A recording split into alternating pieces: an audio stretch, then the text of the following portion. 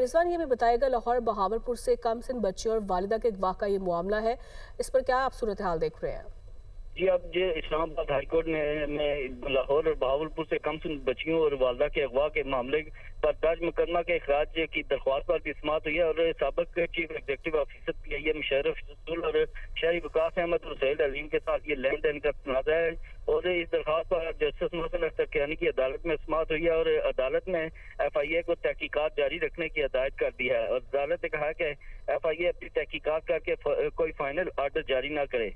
Justice Mohsin Akhtar Kiani ने कहा कि इसी केस में सुप्रीम कोर्ट ने एक फैसला मुअत्तल कर दिया था और इसके मुताबिक चलेंगे और आइंदा समाअत तक सुप्रीम कोर्ट के फैसले की रोशनी में कार्रवाई आगे बढ़ाएंगे। अदालत ने यह भी कहा कि सुप्रीम कोर्ट ने जहां से हमें रोका इसको हाथ भी नहीं लगाएंगे।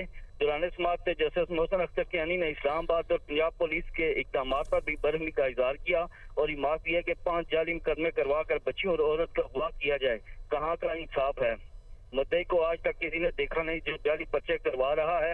पंजाब पुलिस की जानिब से किए गए इकदाम का मामला वज़ीर आला पंजाब को भेजा था और अदालत ने यह भी कहा कि क्योंकि इस केस में कमसिन बच्चियां और औरत के को अगवा किया गया है, वज़ीर आला पंजाब भी औरत है, मामला वज़ीर आला पंजाब को इसलिए भेजा ताकि इन्हें पता हो कि इनकी पुलिस औरत के अगवा में मुलव्वस है।